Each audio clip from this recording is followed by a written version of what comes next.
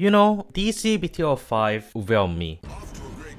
Like, I'm not saying the pricing is bad or anything, but I feel like the support that we have received, some are great, but the one that did receive on the smaller scale like a double R has a polarity of either really good or super mid. But fortunately enough, I'm still managed to make a top 10 list out of it. So a few rules I follow as usual with my top 10 list is very simple for this one. No more than 3 entries per nation, and also no more than 1 entry per archetype. But yeah, if you guys have your own thoughts on your top 10 cards from DZBT05, do leave it down in the comments. And without further ado, let's start off with Inferno of Duststorm Eugene. This unit is essentially a reworked version of Eugene, as we have seen with Providence Disorder. My disappointment I don't really want to utter that name again. Or things like Accord. And I have to say, for a rework, is a great update for Eugene, as not only it fixed most of the issue that he has in the past with extremely heavy cost but extremely low profit, on top of a really scattered supports. They managed to rework Eugene to an extent that not only dead gel or the support together, after all these fixes, he still feels like Eugene. He still has a same race 2 skill to do something, but at least his retire is a little bit better. He does still have a superior core skill, but he uses it in such an offensive way that I actually really like. But he is far from perfect, because compared to the other deck that does have a retire aspect of it, he's kind of mid. Like, for a deck that has a focus on retire, his retire is a whole lot worse than decks that are not focused on retire. Case in point, Vanguard. So yeah, unfortunately, I have to put Eugene at number 10, mainly because of that. Because as much as it fixes the deck, it doesn't make the deck competitive enough. But at least the meme is dead. Congratulations. Next up, we have a very unusual searcher, and it's a little bit funny how in my DZBT04 top 10, I also put a filter at number 9, and for the same reason, energy cost. And that card is of course Headway Router Dragon.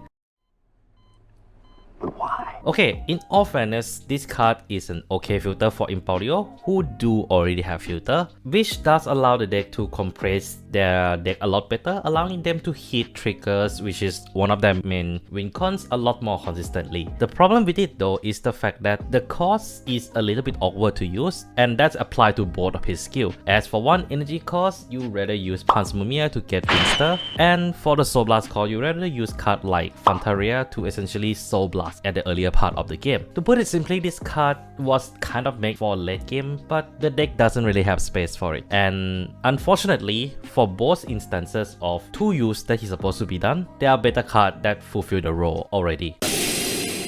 And then we have number 8, and this is a few rare lists where I'm praising a lot of recall deck, partially also because they're getting quite a spicy support, and the first of them is Cloverheart's Nelinea. Liael File is, in my opinion, a very strong deck, but one of the problems she has, even after Nelinea come out, is the fact that the deck has an excess amount of soul, and most of the time, it's usually a generic that you have to use it for the Soul Blast. Luckily enough, Nelinea exists to kind of allow you to not only access to soul, but also use those thick soul that she has into something that I would call a really huge number booster. And on top of that, because of the fact that Nelinea can cycle back Liael, you create an endless counter charge loop. Yes, you do need a counter blast one for it, but the point is you still get back a counter blast to use for a Belina effect, which is ideal, at least in my opinion. The only issue that I have with Nelinea, and the reason why it's at number 8, is the fact that the restriction is a little bit weird, because some of the strongest support that Liael do have is grade 3s. So why can't you do it such that the grade 3 that they can add back from soul to hand has to be different name? My disappointment is immeasurable. If that was the case, I would put Nelinea up in a much higher point, but as it is still a very strong support. Walking away from what I would call numbers, we have a unit that does make the deck has a little bit better early game, but at the same time also completely negate the deficit of the deck side effect. Storm Slasher Dragon. I covered this card very recently in my Vanguard video, but just to reiterate, this card can be used very well in the early part of the game as an early rush, and it is a way to kind of waive the retire deficit Vanguard had in general, especially in Rakshasa, who does nuke your own own field as well. The only issue I have with this card personally for me is the fact that thinking back on it, that's all it does. Yes, it does make Rakshasa better, but it doesn't really shift the needle for the deck much more than what it already has. The deck still have problem with counter charge, the deck still have problem with taking the aggro, so I would say it's definitely not as strong as I thought it would, but I do still have to say the revive aspect of it should be a retard in some way because it's way too easy to be abused, at least in my opinion. Bring back the hard ones pattern, like seriously. And what I personally feel is not a burden though is definitely Drag Ritter, but yeah, this card is a great early game searcher for a deck that already has a very strong rush aggro, and the card that she does target also is a really good target with things like overcharge unit and to equilibrate the scale. The order that the deck play very consistently throughout the multiple different builds. And the most importantly, it helps to compress, which was a main problem with Equilibra because yes, the number is high, but the crit pressure is not really there. So if your opponent can guard all those onslaught of attack very well, they generally can survive. But Badia is still RNG, which normally it wouldn't really affect it that much, but the problem with Equilibra as a deck is that you're still running quite a number of generics in your deck, so it does affect the searchability of this card as well. So until there are cards that kind of fulfill the role of some of these generic units in Equilibra, I would say the usefulness of Badia will increase over time as well.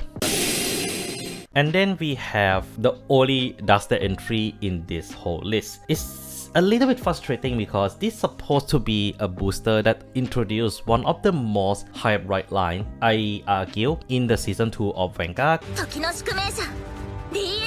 And unfortunately, she is the only card out of the whole booster. There are some decent cards from the double R tiers, but I feel none are not as good at what I'm putting in the list. But in all fairness, this card has one of the best D1 skill that any deck can have if you're not considering additional forms, and I feel this is one of those boss units that a lot of people underestimated a lot because of it being primarily 3 attack deck, as it has a very explosively consistent boosting thanks to its ability to get more power based on the number of distorted bane. It also has one of the easiest drive gaining skill that I have seen, and personally for me, as a concept of turning Liael from Keter to Dusted is a very well done job. And I haven't even talked about the Divine skill, which allow us to gain additional turn, though I have to say it is also one of the weakest aspects of this unit, as the Divine skill was so heavily tuned, deservedly, to an extent that it can be a little bit awkward to play. And of course the unit relies on distorted bane, so that's why I put at number 5, because despite being a freshly introduced deck, I can see it having as much of a potential as some of the more bursty kind of combo deck like Liael. And yes, that is partially from Chris, so I'm gonna borrow it. That's what she said! Okay, so number 4 is gonna be a wave surprise entry for a lot of people. I'll be honest, I did not expect this particular deck to get additional support, and they did get it, and it is actually extremely strong, and that is Morning Practice in a Calm Sea, Tormana. The easiest way to put this unit usefulness into one sentence is that it is essentially an upstream dragon with an actual cost to balance it out. You see, Tormana has ability where as long as you can Soul Blast 2 with different name, you can search for any great one that is not Sentinel from your deck, call it to Regard Circle and give it a little bit boost, while she herself get a little bit boost when attacking as well. And that is why I'm bringing upstream comparison here, because upstream plus 5k, superior cover grade 1, the only difference is that one has a cost of Soul Blast 3 with different name and one bought itself back to deck. But the comparison is not important. Bro, what are you talking about, man? The most important part is that not only this card enable Krysrain to have access to all of the grade 1 toolbox in the deck, but also it is Anya's best partner during the Divine skill turn. You see, Agnes can superior call Tormana more or less consistently during the Divine skill turn, since it's gonna be the only rare card on the field, and because of Tormana ability to superior call grade 1 regardless of which phase you are in, it enables Agnes additional power boost. And that is why, in my opinion, Tormana is such a crucial card for the deck now. And in my opinion, the reason why Rochell feels a little bit underwhelming, it is because there are waiting to release this insane support to work very well with her. Okay, number 3 is Blaze Dragon Gabelius. This is a great card that does improve offense level of both Liael or Mortar and Rochell, as it works not only as a very good beatstick, but I would say pretty damn good finisher because of that extra drive he do get, and even further power increase if you are able to fulfill his condition as well. And of course, with his on plays with deck manipulation, this allow both Liael and Rochell to have a lot more pressure in their beatdown, allowing Liael to actually rush kill opponent by turn 3 and Rochell to more or less just push at a much higher number by turn 3 or turn 4, depend on which order you start first. And that offensive utility is what landed him in 3rd place. While he cannot get any higher, you ask, well, Limit Break. Disappointed! Okay, number 2. This deserves to be here purely for one reason: how ridiculous it is for a collab deck. Yes, number 2 is Legendary Crest, and let's be real, I have to put it. It is, in my opinion, one of the most broken Crest in the game. It has a very consistent and very strong filter. It has a very strong revive skill, and on top of that, it has a very solid skill which allow you to recycle card from your drop as long as you place something on your Vanguard circle. It's too much winning! There's nothing much to talk about this card. It's just way too broken, and a proof that Bushiroad have really overtuned the Crest mechanic. I feel if there's anything that gonna broke the format, if it will happen in the future, it's not gonna be over trigger, it's most likely Crest. We have been lived by with over trigger for almost 4 years already, and as much as people were unhappy about it, we still can get by. Crest, I feel, is a little bit more personal. I don't know why, but that's just me. And fortunately enough, it couldn't take the glory away from what, in my opinion, is the best card in this booster. You see, if you notice throughout number 10 to number 2, there is one particular nation that hasn't been revealed yet or received an entry in this list yet: Stoicheia. And you know what? Despite how much problem I have with Kuon in terms of his character in the writings, Destined King of Infinity Revidras Imperial deserves this spot. Among the 3 D1 skill boss upgrade, he is, in my opinion, the best upgrade. Not only he fixed the problem with the marker placement, making it more flexible, he also fixed the issue of lack of resource, allowing the deck to have more soul, more counterblast, and that is all the card has to do to bring an insane utility for Revidras. In my opinion, what Imperial bring is not some broken ass new mechanic or something like that, but rather it refines the mechanic that the original Revidras brought to the table and make it 100 times better. And that is why I'm putting him at the top of this list. And that's my top 10 of DZBT05. I know there are some entries some people might disagree with for sure, so do leave down in the comments below. And yeah, that's all I have for today. Take care of yourself, don't forget to clap that sub and become a member for some cool perks. And this is Mac Megane signing out. Boom, boom, boom.